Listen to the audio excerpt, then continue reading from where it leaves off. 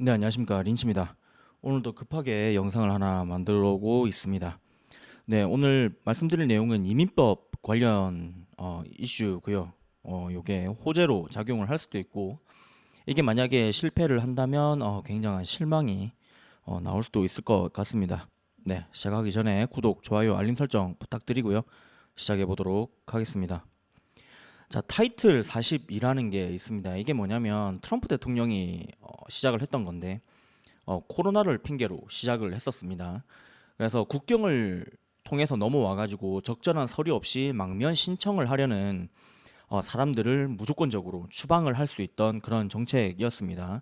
코로나 이런 공중보건을 이유로요. 근데 이번 주 수요일 날 요게 expire 됩니다. 그래서 이게 이것들을 때문에 중남미 국가에서 이 시기를 맞춰서 지금 엄청난 난민들이 몰려오고 있는 중이라고 합니다. 자, 이것을 해결하기 위한 법안 마련이 필요한 상황이겠죠. 근데 의회에서 처리되기가 쉽지 않을 것 같습니다. 자, 그래서 임시방편으로 미국 내에 마련되어 있는 쉘터로 일단은 망명 신청하려는 난민들을 수용하는 방향으로 일단 수습을 하려고 하는 것 같아요. 참, 민주당 중에 지역구에 히스패닉이 많은 의원들은 요거를 통과시키기를 원하고요.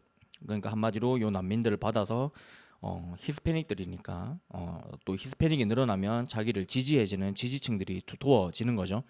그래서 찬성을 원하고 있고, 하지만 일부 민주당 의원들도 이제 민심이 무서운 거죠. 왜냐하면 기득권들은 이런 걸 원하지 않으니까요. 거기다가 공화당도 반대를 하고 있는 상황입니다. 그래서 지금 당장 통과는 어려울 것으로 판단이 되고 있습니다. 하지만 기대감은 생길 수 있겠죠. 요것에 관련된. 자, 그래서 민주당 일부에서는 드리머법이라는 것을 통과하기를 원하고 있습니다. 그래서 부모 손에 이끌려서 노모 미성년자들, 네, 그래서 그 서류 미비 상태로 온 불법 이민자들에 대한 사면을 해주는 이런 법안을 통과를 해달라. 이렇게 이야기를 하고 있고, 반면 공화당에서는 이 법안을 통과시켜주는 대신 오히려 국경 심사를 더 강화하자 이렇게 주장을 하고 있습니다. 그래서 인원이랑 예산을 확보해달라 이렇게 주장하고 있는 상황입니다. 자, 그러면 이게 왜 중요한가요? 네, 부족한 노동 시장에 새로운 노동자들이 유입이 될 수 있기 때문입니다. 그러면 지금 상승하고 있는 임금 인플레이션을 낮춰줄 수 있는 좋은 방안이 되겠죠. 하지만 법안이 뭔가 마련이 되지 않는다면 또 사람들이 많이 실망을 할 수 있겠죠. 그러면 단기적으로 또 악재로 진행이 될 가능성이 있을 것 같습니다.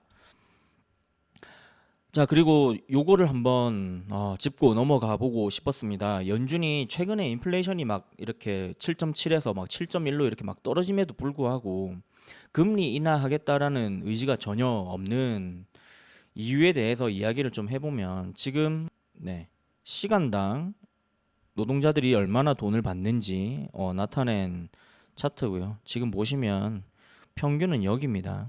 근데 지금 여기 올라와 있죠. 한마디로 상승률이 네, 이 정도로 임금이 계속 상승하고 있다라는 겁니다. 평균은 네, 여기였다라는 거죠. 요 레벨이었는데 여기로 레벨업을 해버렸다. 요 내용입니다.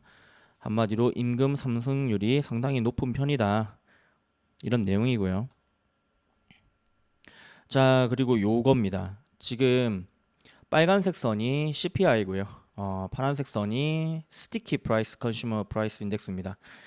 자, 이게 뭐냐? 끈적끈적한 인플레이션이다라고 표현하는 게 요 부분입니다. 지금 보시면 전혀 안 떨어지고 있죠. 이런 것들 때문에 그 상품에 대한 그런 인플레이션은 많이 내려왔지만 요런 끈적끈적한 것들은 아직 오히려 상승하고 있다. 그래서 거의 다 내려와 있다. 그래서 이제는 여기가 네, 끈적끈적한 스티키 인플레이션 요 데이터들이 내려가는 모습이 나와야 연준도 안심하고 금리 인하를 할 수 있다. 이렇게 생각하시면 될 것 같습니다. 자, 그래서 다음 주에 어떤 것들이 발표가 되는지 한번 훑어보고 가도록 하겠습니다. 일단 주택 관련한 것들이 많이 나옵니다. 그래서 월요일, 화요일 네, 주택 시장 지수 나오고요. 건축 허가 건수, 주택 착공 건수 이런 것들 나옵니다. 지금 이런 것들이 나아질 수 있을까요? 저는 어렵다라고 봅니다. 그리고 좀 중요한 게 레드북, 소매 판매 진수 이런 게 좀 중요할 것 같고요. 자, 그리고 수요일 날 네. 별 내용은 딱히 안 보입니다만 20년물 채권 입찰이 있습니다. 요게 얼마로 나올지 좀 지켜보셔야 되겠죠. 왜냐하면 저희는 장기 채권에 투자하고 있으니까요. 자, 그리고 목요일 날 좀 많은 것들이 나옵니다. 중요합니다. 실업수당 청구건수 나오고요. 네, PC가 발표가 됩니다. 그리고 기업 실적 이런 것들이 발표가 되기 시작을 할 겁니다. 그리고 GDP 굉장히 중요하죠. GDP가 어떻게 나오는지 보셔야 될 것 같고요. 그리고 미국 선행지수 이런 것들도 나옵니다. 그래서 잘 보시자 말씀을 드리고요. 자, 금요일 날도 중요한 게 나옵니다. 근원 내구재수주 이런 것들 나오고요. 네, 소비자 지출 물가 지수 PC 이게 PC죠. 영어로 안 돼 있으니까 헷갈리네요.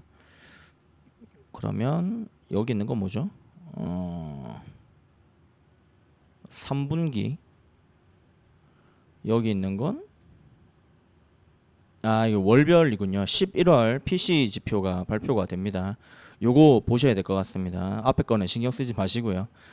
그리고 미시간대 소비자 기대지수, 그리고 미시간대 인플레이션 기대심리 이번 주 굉장히 중요한 지표들이 많이 나옵니다. 요것들을 잘 보셔야 될 것 같고요. 그리고 좀 중요한 기업들의 실적 발표가 있습니다. 그래서 보시면 이번 주에 주로 보셔야 되는 게 나이키, 페덱스, 그리고 마이크론, 그리고 카맥스 이렇게 4개는 보셔야 될 것 같습니다. 지난 어닝 시즌에 대폭락을 만들어냈던 친구들이기 때문에 요번에도 잘 보시자 말씀드리고요. 저는 일단 카맥스 굉장히 안 좋을 것 같고요. 마이크론도 안 좋을 것 같습니다. 페덱스도 당연히 안 좋겠죠. 나이키는 애매할 것 같습니다. 네, 그래서 요런 지금 실적 예상치가 여기 적혀 있죠. 주당 순이익이 좀 중요해 보이고요. 네, 그래서 지금 컨센서스와 사람들이 어느 정도로 예측을 하고 있는지 한번 보자면 여기 어닝 위스퍼스라는 데 가시면 확인을 하실 수가 있습니다. 지금 나이키 보시면 컨센은 0.66인데 여기서 예측하고 있는 거는 0.69 이렇게 보고 있고요. 네, 그런데 지금 페덱스 같은 경우는 네, 경기 침체를 눈앞에 두고 있기 때문에 안 좋게 나올 가능성이 높죠. 2.77 예상하고 있는데 여기서는 2.74. 네, 그리고 마이크론은 0.01, 0.03. 이거는 컨센서스가 너무 낮아서 그런 건지 잘 모르겠네요. 한번 보셔야 될 것 같습니다. 자, 마이크론 테크놀로지 이 어닝이 중요한 거는 이제 지금까지 엄청나게 올라와 있던 그런 반도체 주식들의 주가를 끌어내릴 수 있겠죠. 어닝이 망하게 되면 네, 다 같이 끌려 내려올 수 있다. 이렇게 생각을 하시면 될 것 같습니다. 자, 그리고 카맥스 중고차 삽니다.